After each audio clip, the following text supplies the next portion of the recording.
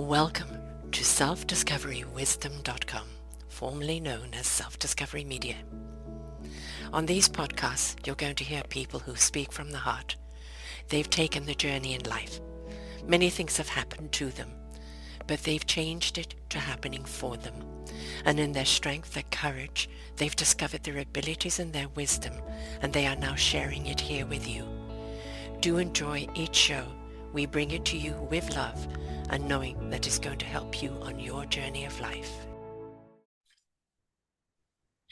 Good morning, good afternoon, and good evening, everybody. Welcome back to another edition of our Global Veterans right here on selfdiscoverywisdom.com. I'm your host, Sarah Troy, and my guest today is Dr. Josh McConkey, and we're going to be talking today about parenthood, specifically being a father. He's a prize-nominated author, husband, father, physician, commander, and now with an award-winning best-selling author. The book we're going to be talking about is The Weight Behind the Spear, but we're going to be talking about fatherhood in specifically because, quite honestly, it seems to have been for the last few generations, a lot of women bringing up kids on their own, fathers not being around, or fathers being so engrossed in business or their work, or obviously as a veteran being away, on duty. And it's a lot of strain on, a woman to bring up the kids on their own without the father, but also where is the community? Used to take a village to raise a child, and where is it today? He is a candidate for the Lieutenant Governor of North Carolina, combat veteran, emergency physician, author, and dad of 3 kids, and argues that restoring fatherhood is essential to reverse raising youth anxiety, fractured families, and weakened communities. In his new book, Be the Weight Behind the Spear, it calls on men to re-embrace their role as a present, purposeful fathers and leaders both at home and in society. He brings a unique boots on the ground perspective with experience leading soldiers to war zones and caring for patients on the front lines. He's uniquely suited to providing a perspective on resilience and leadership. He's seen what happens when young people lack guidance and the impact when military dads come home from the battlefield to raise kids with discipline, resilience, and heart. He believes that America's healing starts with men who lead their families with strength and honor, emotional presence. Fatherhood is not an option, it's a foundational. And he believes that really, quite honestly, it's a gift as well. I think that being a parent, obviously, the mum side of things, it's one of the greatest gifts you'll ever have, one of the biggest responsibilities you'll ever have. It is from the moment you conceive to the moment you die, forever a parent. They're always going to be your babies, no matter how old or big they get. And I do feel today that what we are lacking is giving our kids a direction, giving them a foundation of trust and love and discipline and respect, self-respect and respect, for life and community and each other. I think it's very much missing, which brought me to produce a book last year called Our Forgotten Children, an anthology around how we're letting our children down by not being there. So I think it's very, very important that fathers get this message that this isn't just something for the woman to raise. We need fathers to step up and be there and be present. So welcome to the show. Thank you very much. I appreciate the warm introduction. So I've interviewed many a veteran along the line. I'm anti-war, but I wholly respect a veteran's approach to things. And many of them have come back with, post-traumatic stress or traumas, or they have come back and kind of militarized their home front, kind of treating it as if the battlefield instead of, merging themselves back into what's been happening here rather than what's happening there. And for a lot of veterans, it's been a hard thing for them to kind of come in and find that balance, in bringing the structure, the discipline, but also the love and kind of letting go of the reins, so to speak. So as a veteran, have you found that for yourself? I found it's very difficult making that transition when you come back. Mm-hmm. Making the transition to that combat mentality, it was life-changing, but you either sink or swim, and Mm. most people have a survival instinct and you do want to swim. I saw a lot of death and destruction, and you jump into that mindset very quickly coming back home was very difficult for me, and I credit my wife Elsa with really getting me back engaged in society again. It was very difficult, so I struggled when I first returned to the States. We actually moved to New Zealand for a year or so to kind of get Mm. my head straight and relax, and it was the best therapy out there. And not everybody can do that, of course, but Yeah. it is as I said, I've interviewed many, one gentleman with his wife, him coming back and then starting with the command. She goes, hang on, you've been away for 18 months. I've been the commander in chief here, Yes. right? And it's like, you can't just kind of come in and start, shooting commands. And also, you need to take, yeah, the the armor off and feel safe again at home. And I think for anybody that's seen anything on the front lines, whether it's police, military, whatever, it's hard to let go of that because you've been so conditioned to be on point and to be watching for something all the time. How do you just take a breath and just let things be as they are? That's just something that takes time. I Mm, know over a year or two after my return, just certain sounds. There was literally some mm, screeching of some train brakes near a train station that for a split second sounded like some incoming rocket fire mm, and just mm, kind of throws you back in there.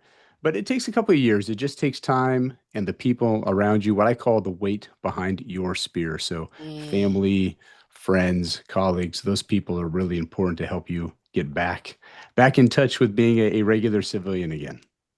And to also recognize you're not the same person that left in the first place. You Yeah, cannot go through the experiences you've been through and come back and be that same person. You're actually redefining who you are now on the home front. I was a completely different person. I mean, still fundamentally and just the integrity and professionalism, just the same person, but my values changed. So Mm, the value that I had placed on kind of money and items was not there any longer. I learned very mm, quickly that you're in a combat zone and nobody cares what kind of car you drive. They don't care how mm. big your house is, and they don't care how much money you make. It's what are Right. you bringing to this team and do you want to live or die? Yeah. Very simple. Nobody cares about those other things. And so it changed my whole outlook and my goals in life on what I wanted to accomplish. And I hadn't had children yet. And so very, very blessed to have met Elsa and then have three children of my own now. And Mm. I don't place much emphasis at all on those material possessions and the money. No, I always talk about that, people that start accumulating a great deal of money and then the power that comes behind that is that they're very poor inside. Because the true enrichment and abundance is, a love of self, love of the divine, whichever path you follow there, but love of Mhm. family and community. And, that's when you really know what the real enrichment is, isn't it? And you see the sacrifices that are made. So Yeah. the men and women that sacrifice their lives, I carried those body bags off the battlefield. I loaded them in helicopters. I took care of those men and women. And I feel like it's my obligation now to try to make the world in America a better place. So I wake up every single day and I reflect for a moment on those men and women. And then I look around just my house and I see my wife and children and just how blessed I am. And there's a price to be paid for that. So get out there and make a difference. Mm. Big word, gratitude. I think Yes. we've become a society of lackitude rather than gratitude, and it's everything what I haven't got because the media, especially social media, is you've got to have the next phone, you've got to have the next this, you've got to have this amount of followers, you've got to be that, you've got to be that to be important, and everybody feels they're lacking because they haven't got the latest, and that is lacking from inside out. The outside is never going to fulfill that unless you're willing to take that journey from the inside out. So I think that this lackitude is kind of rather rampant right now. If we stepped a little bit more into gratitude as to what we do have and our ability to seek possibility, to see the possibilities in front of us. Those are some great examples. I would agree with you wholeheartedly. And the social media world, what you've seen, and I certainly see with my children, we try to help them develop some of Mm. these core values and values outside of the social media world and all these possessions. But it's certainly difficult to do at times. But I agree with you. And I think, moral compass, right now, and a lot of people think moral compass is you've got to be of a certain religion and it's become more political doctrine than it has become more divine guidance. And I think, when you are in tuned with a higher power, whichever you choose it to be, um, and you connect and you allow that wisdom to come through you, resonate with your heart and truth, go into your spirit with action and your mind to have the clarity of what you need to know in the now. I think that, you have that moral compass of do no harm to others. To do so is to do harm to yourself.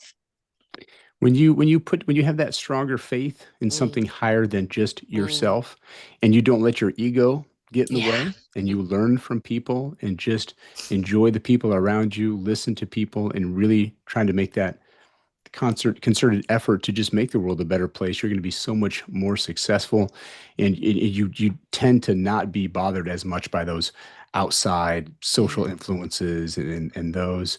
I owned a business in Texas in just before and during COVID, where I had a CEO that went absolutely berserk, was embezzling money, writing off lawsuits from other businesses through our businesses and through our business. And he offered me a $3.4 million bribe, because I'd actually made some reports to the FBI and Texas Department of Insurance. This was in Texas.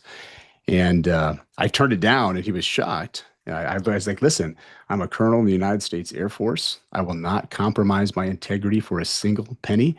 Prior to Iraq, maybe I would have taken that money, but Mm, my value system was not the same, and I didn't put all that value into money. My integrity was worth way more than that. He exactly. went berserk. He threatened my family. We actually had to Wow. move to Australia for a year, and COVID saved him because our lawsuit to prevent him from bankrupting the business, we never got a court date because COVID hit. So so I ended up Ah. losing $5 million. Wow. It's paper money anyways, Yeah. but You would have lost more had you taken the money. absolutely that You would have lost integrity. self-integrity and self-respect. Yeah. Integrity is priceless, and eventually Mm-hmm. he's going to end up in jail. He's kind of a Yes. nasty individual, but Yeah. I could not be a part of that.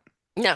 And I think, that is, that moral compass that your children see. And we need to discuss it. A lot of the time is like, oh, they're too young to understand. No, we talk to them at whatever age level they're at. But I think it's important that they know why we make certain decisions. And that these decisions are important because children are incredibly smart. But we're kind of talk down to them instead of talking to them. And I think if we talk to them and say, let's have a conversation, and obviously it's around the age and what they can comprehend, but invite them in. And I think that's a lot of the problems that we're having with youth today is they don't feel connected or inclusive. The first step is sitting down and talking about those Yeah. values with your children. It's difficult, things are busy, but even more important than that is you have to live it. And they watch Mm. what you're doing. They see Yes. what you're doing. Those conversations that my wife and I had behind closed doors or in the Mm. car on out to dinner, they are listening to absolutely everything. And once we got to Australia and I kind of explained that situation more, a couple years after that, my son Luca won this integrity award at school, and Mm. it was very validating for me because you're trying to do the right thing. You're trying to teach these little human beings how to Yes. be adults with value systems, and yeah, I just all that personal pain of losing that much money, and it was a really difficult year or two. It's paying off in the long run. Yeah. You put your Again, value it's in just faith it's in. just paper money. It can be, um, you can not get that back, but there's always other opportunities. And I think you can't buy integrity, right? You can't buy self-respect. There's no amount of money in the world that's going to buy that. That is something you have to earn within yourself, and that's your own conscience and your conscience with your own God. And can you honestly look at yourself in the mirror and Yes. say, and look, we've all done things unknowingly. Oh gosh, I hurt that person, I didn't realize, or I did this and I didn't realize. I always say the more we become aware, the more we care, and the more we care, the more we do something about it. And so don't beat yourself up for making a mistake in life. But once you're aware, what you're going to do to make sure you don't make any other mistakes, or maybe, to apologize for that mistake. And I think that's another thing. Yes. We don't teach our children to apologize or to And acknowledge a mistake. and it's a big difference. You can't control the things around you. No. Bad, horrific things are going to happen. You can't control that. You can't control crazy. I'm an emergency physician. I see crazy things all the time. Mhm. but you can control how you respond to that. And I refuse to let that change or define me. And it was a terrible situation, but I can't control that, but I can control how I react to that. So, you Yes. keep that focus on yourself and just take care of the people around you. And generally, you're going to end up okay. We do see so much today of so many women kind of being abandoned by their daddy fathers, and even if they're there, not necessarily being present. They're out chasing the carrot. They're doing the business deals, or they're still got an injured child within them. So they actually don't know how to parent because they haven't kind of parented that inner child. And there isn't kind of the blame and shame around that. It's just that there wasn't the guidance or the nurturing of many of Mhm. these fathers of how to be a father, or how to deal with that inner pain that they may be carrying around unknowingly, and or how to deal with a child in today's environment, because they're growing up a lot quicker. Right, Yes. they've got so much outside. We call them our indigo children because their intelligence level is just off the charts compared to what it was with us when we were young. And I think it's for a lot of fathers that would like to be better fathers, but the big question is, I don't know how. And if you haven't had those great mentors in your life, if your Hmm. father was that same way, it's very difficult. So, again, reach out to other people around you, friends, colleagues, family, people within your church.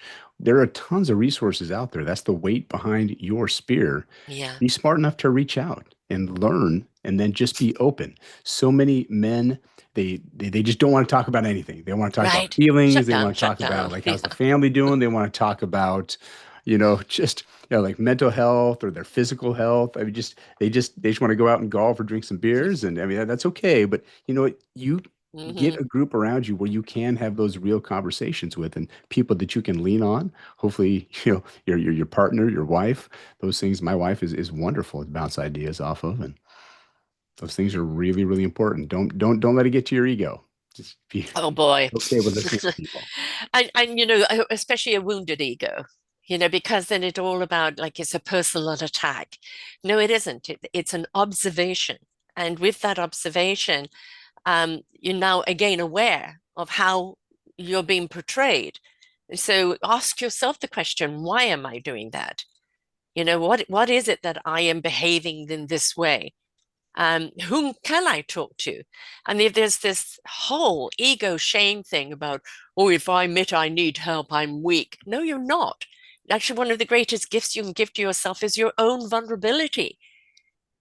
And that And the, shows a tremendous amount of strength. And absolutely. then that's what your children are seeing. That's what they're Yeah. going to model. Your reactions is how they're going to learn how to react to situations.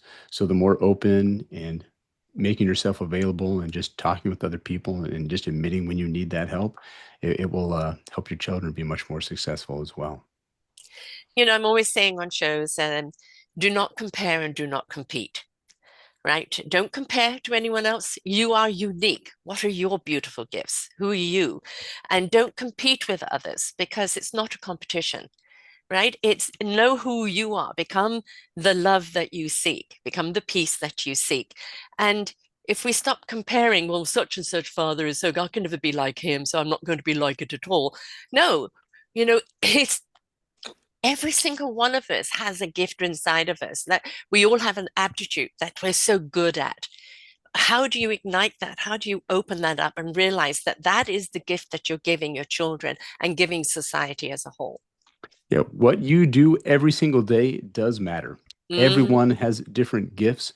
Whether so when you want to get out in your community or with your children or your church, there's so many things that you can do.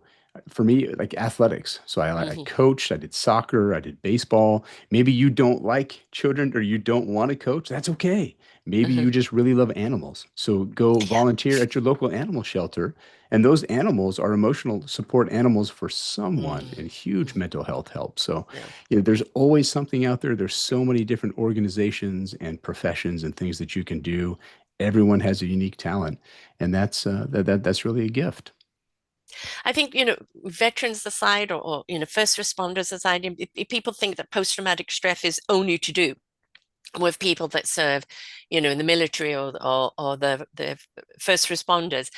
So many people are going through different forms of post-traumatic stress or disconnect or are feeling left behind, or they don't, a lack of self-worth. Um, and a lot of that is because society has left them behind. We have lost our village. I Mhm. grew up with smaller communities, and those smaller communities you bought directly from the farmers, or you went to the farmers market. People knew each other in the neighborhood. Everybody looked out for each other. And we now have become mistrusting of the neighbor. Who are they? What do they want from me? And everybody's an enemy Well, it's instead of even looking at a friend. oh, it's even more fragmented than that now because now you don't even go to the grocery store. You don't No, ever see who the butcher. I mean, no, so much you can order groceries online. You can yes, order everything online is delivered right to you.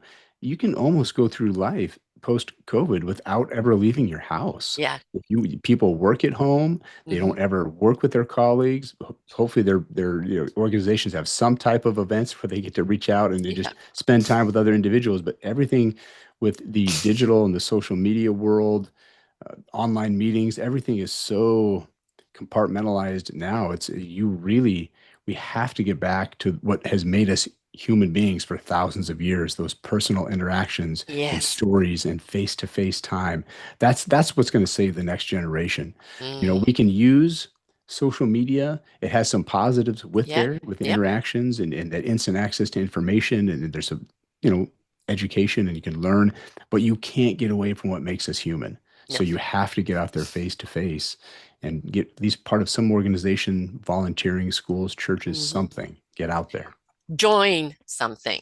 Yes. Join something. And you might try two or three things before you feel, I really like this. I really feel I can contribute here, because we're all meant to be contributors. We're all Mhm. here to serve one another. And it's like, what is my contribution? And for so many people, I don't know what my contribution is. So I don't know who to join. Well, then just go and experience. Dip in, go around until something feels like it's a connection for you. I tried it once, won't try it again. No, no, no. If you first do not succeed, try again. That one didn't work for you. Maybe go and volunteer at the animal thing, or maybe become a big brother or something. Just go and experiment until you find something that wakes you up, connects you, makes you feel that you've really got something to contribute, an impact you're going to have here. The impact that you're going to have on someone else will have three times the impact back on you. And that brings up another great point in that if you're not pushing yourself, if you're not going out there to explore new things, I mean, you might fail. It's okay. Yes. If you are not pushing yourself to fail at something, then you're not pushing yourself far enough. You're Yeah. getting in that comfort zone, you're getting in that rut, you're getting in that complacency. And what Yeah. I see in medicine and what I see in the military, complacency kills. Absolutely. You Yes. have to get out there and push new boundaries. It's okay to fail. Learn from it as long as you're not making the same mistakes Yeah. over and over, Yeah. right? Break the pattern. Yeah. Yes. But get out there. And if you're just playing it safe and not pushing yourself to fail at something, you're not pushing hard enough. You have more to give. Yeah. This failure is not an option. I'm sorry, I disagree with it. Failure is a necessity, because what we learn from that, and that from being out there on the front lines, you're going to make some decisions that in hindsight, oh, I wish I hadn't gone down that way, we hadn't done this. That it's now it makes you more aware Mhm. of what else to do. And look, every innovation we have, TV, internet, and everything, always came out of some form of necessity. We learn from failing. I actually don't call it failure, I call it lessons in redirect. Yeah, making mistakes. And Yes. with children, that is so critical as well. Oh, So what yeah. you've seen now with there used to be helicopter parents, they were just kind of Mm, hovering. yep. Now it's lawnmower parents. They mow down everything in their children's Yes. path. They don't let them encounter any obstacles. They don't let them make decisions. They aren't allowed to make mistakes. Mhm. That's how children learn. Yeah. Let them do it safely. Make sure you're supervising. Sit down at the dinner table. Let's talk about things. What went well? What didn't go well? Could you have made a different decision? Could that have perhaps changed the outcome for the day? But you have to let them get out and explore and make some mistakes. Not the super dangerous ones. Yeah, Right. that's why we have parental supervision. But this generation really struggles with resiliency, and it's because they've Yes. never been challenged. They are not allowed to fail. They Mm, don't know what to do when obstacles. And as a physician, that's where I see a lot of the anxiety, depression, and suicide. And as a mm. military commander, just the lack of leadership skills and resiliency in some of our younger servicemen and women right now. And that's it concerns me, which is why I wrote the book. Right. Yes, and I'm glad that you did. I mean, the reason behind mine as well, and really I'm compelled to do it, is that, again, if we're not aware, how do we care? How do we resolve? Awareness that what's going on, and this stigma around depression or anxiety, or what we have now, people with ADD and all of that. Well, everything is considered a fault. No, it's not a fault. There's a beautiful word called flawsome. And all of these are beautiful flaws that we have, that when we put ourselves back together, like Chinese and Japanese put a ball back together with gold, that if we put ourselves back together with some self-love, look how strong we become as a vessel and how much love we can take and pour back over. It's that we have some idiosyncrasies, so we have things that we do that are quirks, as long as they're not harmful to anyone, they're a part of your signature. Again, stop comparing. So and so gets A's and you get D's. Who cares? What is your contribution? Does it come from the heart? Are you helping somebody? Are you helping yourself? Because not everybody is meant to be an A student. Not everybody is meant to be this or that. It's what are you meant to be? You, nobody else. You. And asking for that help, to your point earlier, that is a sign of strength.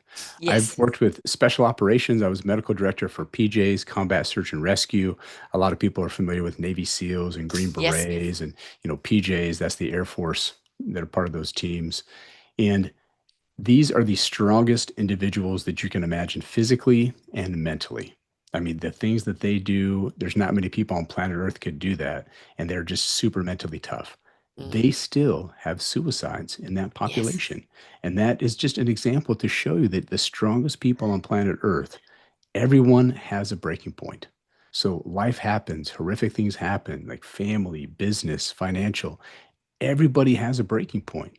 And it doesn't matter how tough you think you are, Mm, don't be afraid to reach out.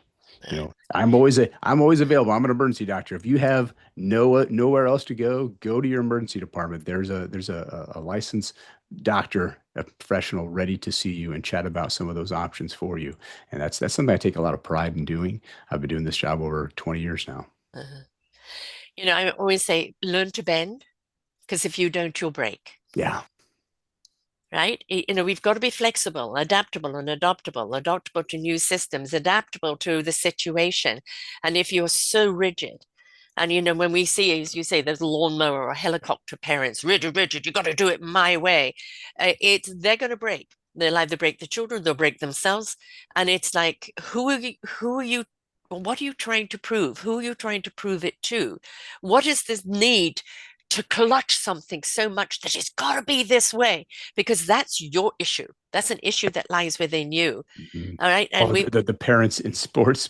Well, you see some parents, oh, those types of helicopter parents, and then just over the past like 10 to 15 years, where the realities of life, where not everyone is a winner, and that's okay, yes, yes, but everyone gets a participation trophy. yeah, Everybody's a winner at the very young ages. I mean, you want the kids to have fun and enjoy yeah. that and start to build some confidence. But at some point, we do have real life and there are Mm, winners and losers. Like only one person is going to get that promotion. right. Just whatever example you want to use, there are winners and losers in life. And so you either learn from those situations and you build resiliency, or what can you do to get that promotion next time or be that winner next time. Just everybody being a winner all the time is not it's not real life. But also, just because you lost doesn't make you a loser, Exactly. right? It just means it's not for you at this time. Or maybe there's a different door open to you that you're not paying attention to because you're so busy chasing this one. And all the time, all it wanted you to do is look to the right because there's a different door and a different opportunity. That personal accountability with Mm. yourself. Did you work hard enough? Did you study hard enough? Did you put in that time? Mhm. Deep down whether you did or not. And Did so you put your holding you, heart into yeah, it? You hold yourself accountable and you either Yes, work harder for it or maybe there's something better you were meant to do something else. So don't exactly. don't be so stubborn. Find something that you are successful Mm. at because everyone has that gift. I've interviewed many a person who's had what I call the cosmic two by four. You know, they had the nudge, nudge, wink, wink. The door's over here. The door's over here. Look, the light exit sign, go this way. And they waited for the cosmic two by four, whether it be cancer, lose a job, marriage, something happen. And all it is you need to take time to know who you are now, not what society dictated you should be, not what you have been because you're not happy, who you are now, and in taking that time to know who you are now, what's your particular aptitude and gift and discipline around, participating in your own life and your own healing, you will suddenly see doors open to you. That, my God, that door's been there all that time. And I never saw it because I was so busy chasing this expectation. Yes, great examples of that for sure. For me, like I said, athletics earlier, but I was a wrestler and just put in so much time, was cutting a ton of weight. This was back when you could do that. And Mm-hmm. so I weighed, I think 136, was wrestling 119. I was losing Mm. 15 or 16 pounds every week. Well, maybe Wow, more, that's not 16 or 15. good. Oh, definitely not healthy. But you work so hard, and I fell 3 points short of making qualifying for the state tournament, the Mm. finals. And it gutted me. Yeah. And I just had a lot of reflection.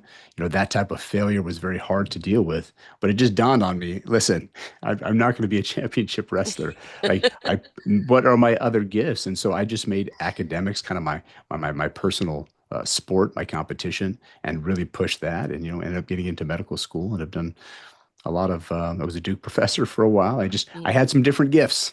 And unless you explore them, how do you know You know, which one really fits you? you Now, know, I've been many things in my life, right? But everything that I have been and I have done prepared me for now what I'm doing. And that's the thing is when you find that something and you don't know it's your something until you've dabbled into it, get into the water up to the knees. Oh, this feels good, right? How far else can I go? And then it starts becoming meaningful and purposeful. Now you really know you're in the right arena and you're doing something that really comes from the heart and that really is having a great impact. But you're not going to know what it is unless you're willing to, try this and try that until you see what really fits. get out there and explore it. And I lived in that little bubble before Iraq. Hmm. I obviously pushed myself academically, but really getting out there and seeing the world and having experienced that time in Iraq really changed my outlook. And I've done a lot of crazy things since then, and it's all been fun. And I've certainly failed at some, but it really shapes you into who you are. Lessons learned, right? You know what not to do and, what to look out for. I mean, you talked about before, teaching our children what not to do. And I call it common sense fear. Don't put your hand in the fire. Don't walk in front of a bus, things to be aware of. Trust those little instincts, right? Oh, this doesn't feel right. Trust it. For example, my son skipped school one day at 13 Oh to boy. go swing on a hook um, 20 feet above a ravine. And as he put his foot on the hook, he said, this doesn't feel right. And somebody said, but my girlfriend can do it. So ego stepped in. He Mhm. lost his footing, fell back down, Oof. head bum, landed in the ravine with his leg behind him, a snapped Ooh. femur, right? Ow. All right, so he literally picked his leg up and put it in front of him. So since then, he's been crazy enough to do a few other things. He just seems to be kind of accident prone, but he didn't trust his instincts. The lesson he learned that day, there is no shame in saying, no, this doesn't feel right.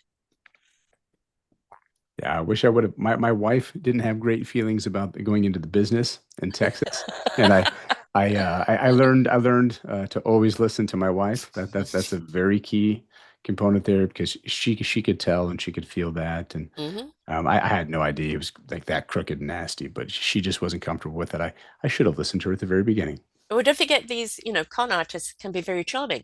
Yeah. Oh and yeah. Very very and very they charming. say all the right things and make all the right moves. Going back to children, like from the ages of like up to about 5, most certainly no later than 7, you are either creating a loving, caring child who believe they can and they're caring, considerate, and compassionate about people around them, or you're breeding a narcissist. And we see so many narcissists out there. There's some prime ones out there at the present moment. And it's all about me, myself, and I don't care who pays for it. And Yeah. it's a lack of empathy, a lack of compassion because they were never taught it as children, but also a never growing up as an adult because that inner child is always looking for approval or love or something. And I've done way too many shows with experts for things that we see so much narcissism on so many different levels. You know, you have the psychopathic narcissist and then a megalomaniac narcissist. Then you have people who have narcissistic tendencies, and they all come back from that to that childhood. So teaching our children, first and foremost, kindness to themselves and to everyone around them, consideration, respect, learning to listen, learning to pick up. I have a grandson with Down syndrome, and he's Uh-huh. 2 years old. He's a nana boy. He is, you know, even when mummy and daddy there, it's arms out for nana completely. And we were somewhere at a play group, and there was a child who clearly had some problems. I don't know if it was cerebral palsy. I'm not quite sure what he had, but definitely some issues. And this little 2-year-old Down syndrome boy went over and hugged him, Oh, right?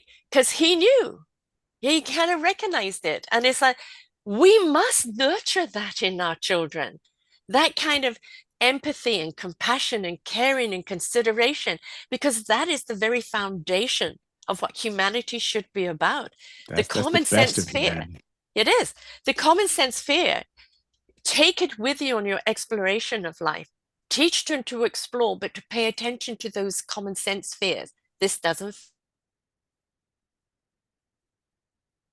feel right. My instincts say this or say, or harm someone else. Teach them the difference between it, but not to walk through life fearfully that they're too scared to explore, or not to be so exploratory that they don't have any common sense. Absolutely. That's a great story. There's if you follow any of the comedians, Shane Gillis is a comedian, is pretty famous here in the States. I went and saw his show, gosh, about a month and a half ago. And he's got I think it's his brother, one of his family members that has Down syndrome, and he just has some great stories. He's just like they're the only people that are like just consistently happy all the time. Yes, It's yes. just a wonderful humanity. It's always very touching. You know, And they I've cry worked when with there's something wrong, and when the tears are yeah over, it's over. yeah Right. And you know, we've just come back from a wonderful holiday on the island, Eucalypt and Tofino. Please come to Vancouver Island or British Columbia. It's beautiful. If yeah. you're looking to completely decompress and enjoy nature, come here. But, you know, he was walking on the beach for the first time and then eating sand, which you couldn't get him to stop. And the more you tell him no, the more, ah! Yeah. And they Yum. just learn at a slower rate, but they're so present and in the now. I think he's here to teach us and all those that come into contact with him of how to be present and enjoy, you know, instead of taking on either the lackitude or the fear of not being enough, or, you know, I'm not loved, or I haven't got that many followers.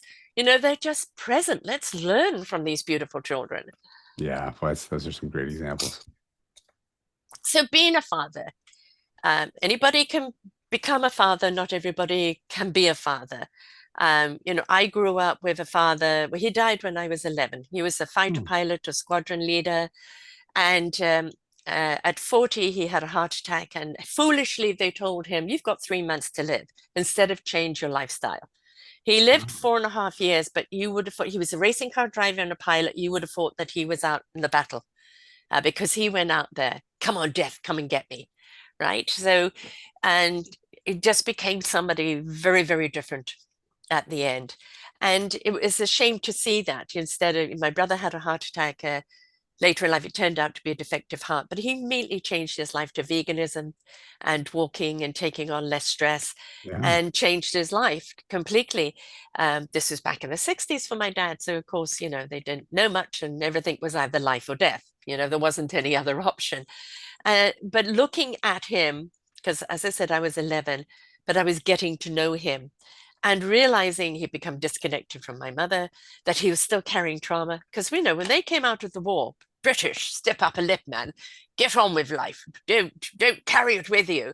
And he was out of the two squadron leaders left, at 45 dead, after the war. And it's because they were never allowed to decompress. They were never allowed to talk about it.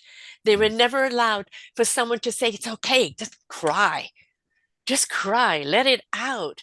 And it was all stiff upper lip and, blah, blah, blah, blah. And it's like we're doing such a disservice to anybody that's gone through a trauma that to, we need to show them it's okay, right from our little boys, that it's okay to have a good cry.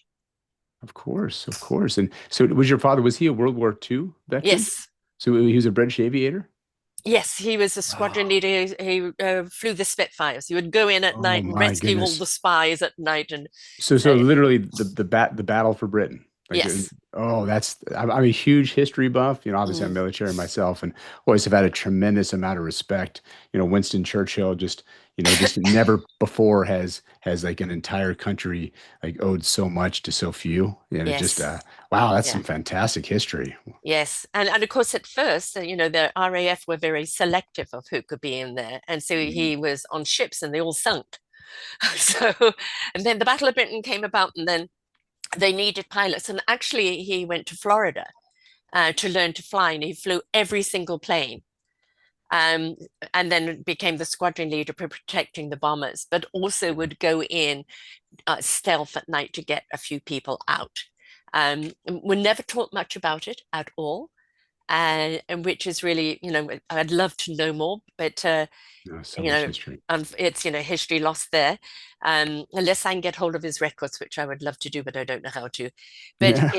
it was, and he was a racing car driver, right? Boy, see, he's an adrenaline junkie, my kind of guy. And a lot of, I mean, when the war broke out, he was young, and he was in Germany because the company, they had a timber company, import and export timber. And he was actually in Germany because Germany was one of their biggest importers or exporters of their wood. And he had to be smuggled out, Oh, as the war broke out. And so he is now, his colleagues and friends were now his enemy. So, it has to play on people. And we don't look at that. I ended up learning my grandfather on my mother's side, who was a colonel in the British Army in India. oh wow. Um, the whole family was shipped back to England. My mother was 12 at the time, and she was told her father was dead. Well, what really happened is that he had a mental breakdown. He was put in an institution, which is Hmm. probably what we know as post-traumatic stress now. Yeah. But again, this British thing of step up a lip, man, right? And any form of mental health was deemed weakness. And when we look at history, it's all been about the hero and battling through it like you're elite people. Any form of decompressing or any form of letting go, unclenching was considered weakness. And I think if we don't teach our men and our sons that it's okay to have those moments, to be connected, to decompress, to let things out, to speak about it, to own it, then we're doing a disservice to humankind moving forward. I agree, boy. And I'm just reflecting myself here. I have two sons of my own. I hope I'm being a good model for them in talking about those. Obviously, something I should probably talk with them more about. Yes, because it's permission, right? I have a son who, unfortunately, due to a very tumultuous, narcissistic husband, um, my son didn't have any kind of uncles or mentors to look up to. He became it. He became it for his friends, for his sisters, for other people. He even became the mediator between my husband and I at a very young age. And he's still a leader in his community. But at one point, after snapping his Achilles heel, Hmm. he had a breakdown. And that breakdown was he just couldn't carry this anymore. And like he owns a restaurant, and his restaurant staff said to him, "We've got this. Go and do something for yourself. Go and do your own healing." Because we're in the era where it's okay to do that. Mhm. It's okay to say, I need help. Please ask for it. Ask for it. You can't be a good man, a good human being, a good community person, or certainly not a good father, or most certainly not a good husband or partner, unless you take care of yourself.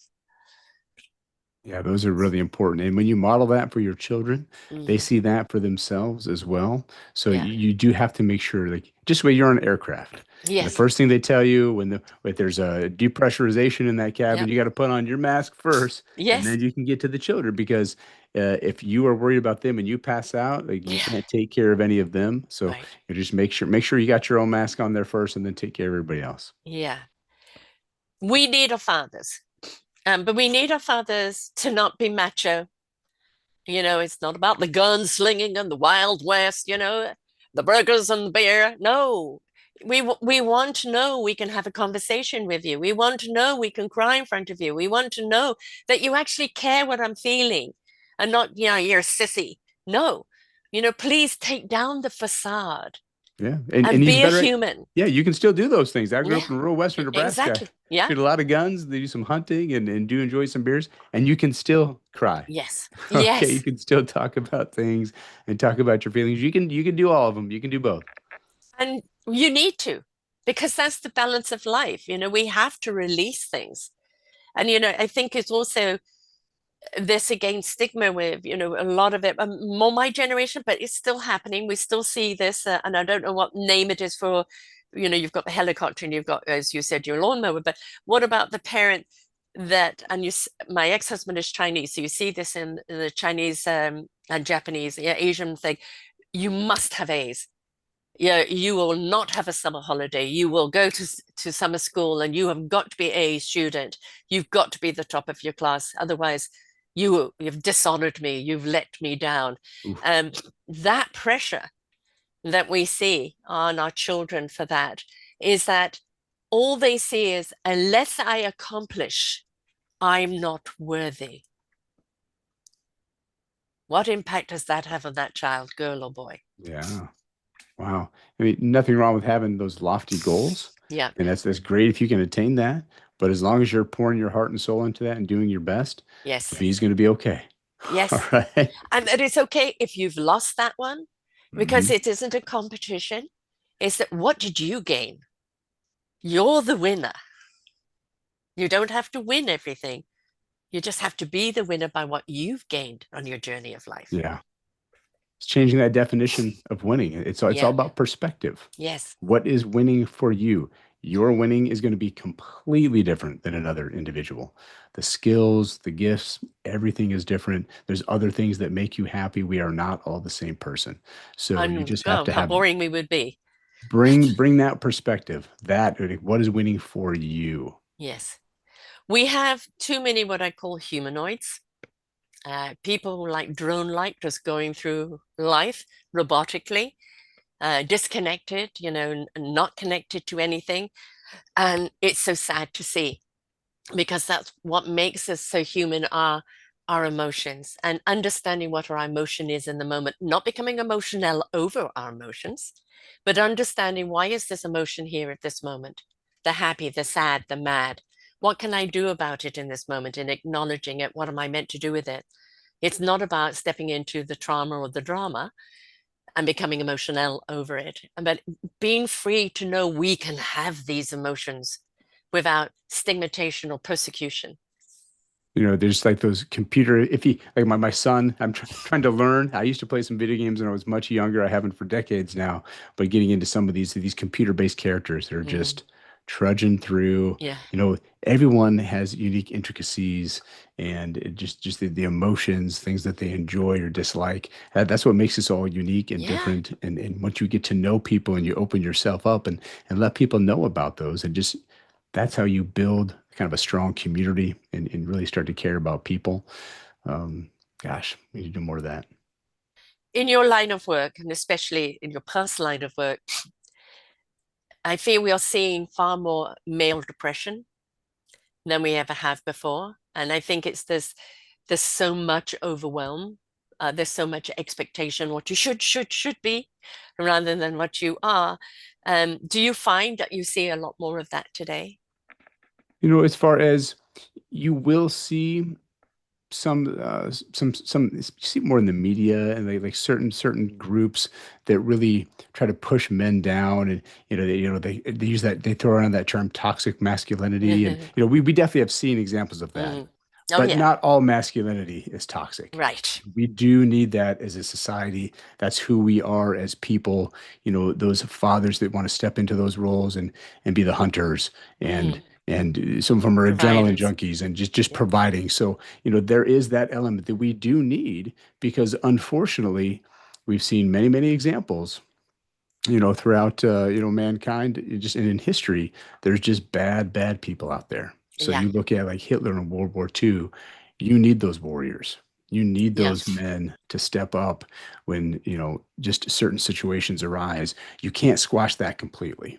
So No. that toxic masculinity is what helps you survive as a country and a population, under certain circumstances. So, you see some of that like used a lot, and I've never liked that word. Mm. I definitely know plenty of narcissist, Hmm. crazy, terrible people that would be very toxic. I don't know if it's necessarily just the masculinity. They're just terrible people. It's called Right. narcissism.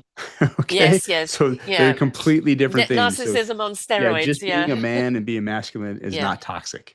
No, The and personality also, disorders are. yeah, oh God, yes. And yes, again, we're seeing a lot of that right now. But you know, I think it's okay for men to understand, yes, quote, you can be the hunter, you can be the provider, but you've also got to understand your partner is your partner. What Mhm. they bring to the table is just as important. How, always say in a relationship, you have your strength, your strength. When you bring those two strengths together, you have us strength, Yeah, it's right? balance. The Gotta have balance. balance. And that us strength is equal on both sides. Each role is very, very important. Now, under the us, how are you going to nurture your offspring? Right? It isn't about, well, father knows best, right? Yeah, Maybe no, not so. definitely not in my household. It is a team for sure. And I think again, it's that balance. All right. And it's what because we see so many more women having careers now and balancing motherhood. And we see some men, okay, I'm gonna be father 2 days a week and only work 3 days a week. It doesn't matter what it is. What works for you is respecting each other's contribution, and how again it can come together under one umbrella that is strong enough to really raise those children up in a light where they believe they can, that anything is possible, that I can reach for those stars, but I have a moral compass. I have kindness and compassion and consideration and exploration, and I strive, but I don't strive to reach those stars trampling over other people. Yeah, life is a team sport. Yes. And so you pull from all of your resources and your people and the support structure you have around you. It is a team sport. It takes everybody. And I think actually the most courageous thing, as you said before, and the thing that's the beginning of healing and the beginning of strength is to say, as a man, I need help. I need help. I don't know what I'm doing, or I'm feeling lost, or I'm feeling disconnected. I need help. Because, if you're out on the front lines and somebody said, well, I've just got to wing it, I can't ask for help. What I look like a failure if I ask for help. Well, that's not going to help anybody, right?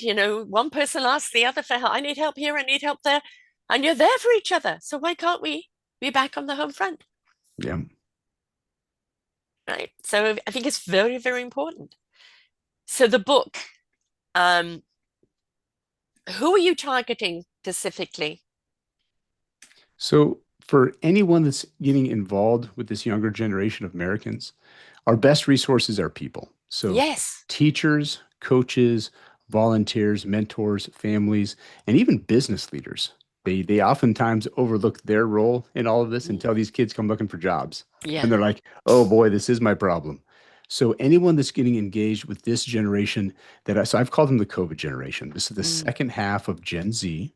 These are the group that really, that formative years, 2 to 3 years of COVID, where you shut them out of school, you shut them out of church, you shut them out of really society, and they just lived on their iPads. That Mm. was not good for their mental development. So that group is now they're coming out of college. They're trying to get out into the workforce. They're looking for jobs.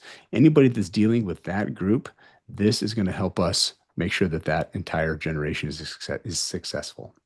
Teaching them how to be engaged again, how to participate in their life, not just online, but in life general, Yes. right? Because I think in a lot of ways, in my chapter in our Forgotten Children book, what had happened is a bunch of young girls had met online and they decided to meet in person and then just go and stab someone to death. And, for Oh, me, that's it's, horrible. I know. And for me, it's not, I don't look at it being the children's fault. I look at it as a society, our fault, because we haven't taught them compassion or empathy or connection or consequences. Why did they feel that that's okay? Why did they feel they needed to do that in order to have any kind of sense of feeling altogether? So if our children are feeling that way, we have failed them Yeah, and that's we a need to be oof. there for them, right? And we're seeing that so much more now. Kids just being violent for violence sake. And we can't just blame video games, right? You play video games, you don't go out slaughtering people. It is about that balance of life. Again, integrity, honor, respect, heart, kindness, compassion. Yeah. If we need to Being teach, connected to mm, your community and the people around yes, you. That yes, disconnection is what leads to a lot of those things you're talking about. right. And if you've got young kids, go and volunteer as a family. Go and do something together as a family. And then just look how everybody feels and make sure that you emphasize, oh, doesn't that feel good? Did Hmm. that feel good to help somebody, to do something, to make a difference in somebody else's life? Let them absorb that feeling. Because right now, what I'm seeing, and especially with that generation, is a disconnect to life and living all together. And they're lost. And, they're going to be our future leaders. And that's Yeah, and scary. that's the mental health issues, the anxiety, the depression, and I've Yeah. seen a lot of suicides over 20 Yes. some years, and it's getting clearly worse. And that's why, like it's a team sport. It takes that village. We got to get back to the village part of it. Yes. It's not Yes. social media. We need the No. village. Yeah. And I say that if you interviewed people, 90, 80% of the people on the other side who committed suicide, it would be, no, I didn't mean to die. I was just sort of calling for help. Mm. Because I don't believe that, all those that commit suicide really intended to die. It's just they didn't know. They were at the end. They just didn't know what else to do. And again, it's because we're not paying attention. We've got so much emphasis on all the other BS out there that we're Yeah. not taking care of the root. And if Yeah, we don't take care people of are the root focusing on cause, the wrong things. yeah, yeah, we need to change that focus because if we don't want a repetition of what's going on in the world right now, we need to nurture these kids so that they lead with empathy and compassion in the future.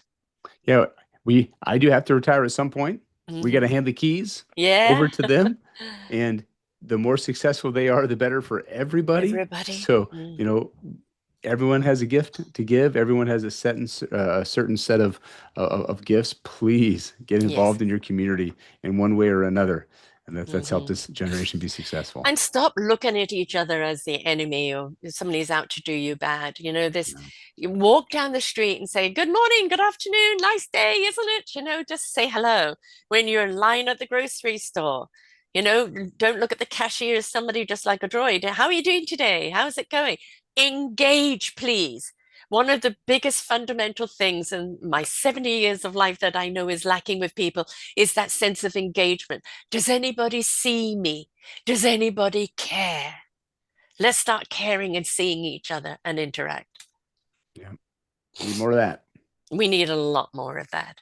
So, where do people get the book? And how can a nice philanthropist out there buy a stack of these books and donate them to Oh, schools and counselors and everybody else that needs it? that'd be wonderful. So Mm. I've got a nonprofit foundation, the Weight Behind the Spear Foundation, that's really promoting community engagement. We've done a lot with Western North Carolina. We had some storms, Hurricane Helene back in September. Yeah. And and then the website for the book is weightbehindthespear.com. So WEIGHT, weightbehindthespear.com. The book is available on Amazon, Barnes and Noble, and anywhere you can buy books. We've got the paperback as well as the ebook and the audiobook. Excellent. And of course, you've got LinkedIn and YouTube and Instagram. So can you give those Yes. handles, please? Yeah. Yeah. So on X and Twitter, it's McConkey 007. I'm a James Bond fan. On Instagram, it's Josh McConkey MD. And LinkedIn, I'm pretty sure it's just Joshua.McConkey. MD. Yep. Can you spell your name, please, love, for people who are just Yeah, listening? it's McConkey. Excellent. I love, the direction that you've taken in this. And I'm sure, if somebody talked to you a few years ago, oh, you're going to write a book about this and start a foundation. And you'll be, yeah, right. But again, you allowed to see what the problem was, and you allowed yourself, when you're aware, you care, and you do something about it. You became aware, you cared, and you've done something about it. And And I that, knew absolutely nothing about how to write a book. I knew nothing about publishing. I knew nothing about marketing. I just fumbled through it all, and it's been a couple years down the road. It's done very well, fortunately, but it was a lot of learning, and I failed multiple times trying to get no, this you didn't fail. published. You just learned. Yep, You you learned. just You didn't learned. fail. I think we've got to start changing the way we say certain things. You did Yeah. not fail. You just Yep. learned how not to do it. Yes, exactly. Very important. And I think, that's another thing. Our psyche takes in words and the meanings and takes them literally. So I think, well, the dialogue that we say to ourselves and to others, because we have said things a certain way, doesn't mean we should continue. We need to change the frequency around the words because everything has a vibration. And if we There you go. change around it, we actually change the definition of that meaning. So there was no failure here. It was Just just a learning redirect. opportunities. Learning Learned an opportunities. opportunity, redirect it. That's it. And that's what you can pass on to your children. No failure. You're on your backside, I say, okay, now you're going to learn to get back up and go a different way. You've learned how not to do it. Love it. Right. And that's what life is all about.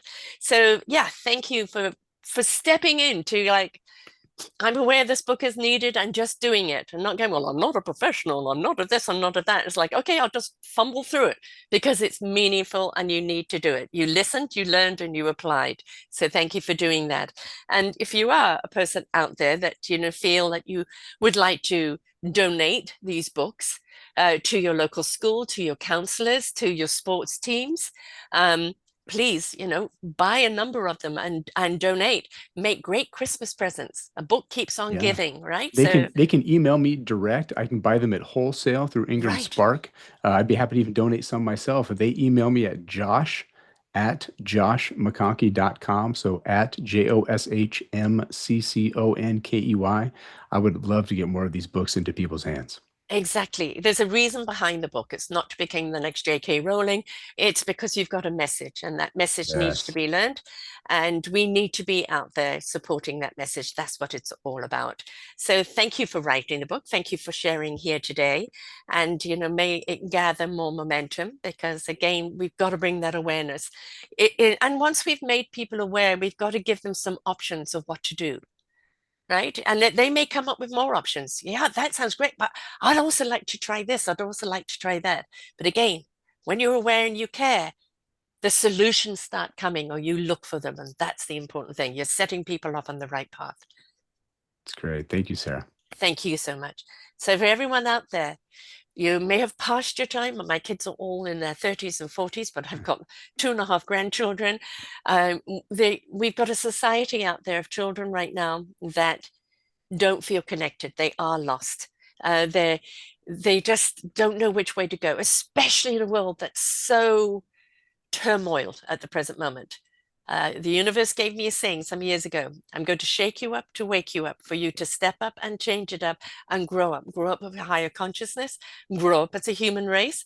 But for many people, still in the shake up. And that shake up is we've got to get rid of the old paradigm and the old ways of doing things. And we've got to step more into what serves us as a humanity, which is compassion, caring, empathy, and strength. So until next time, folks, bye for now.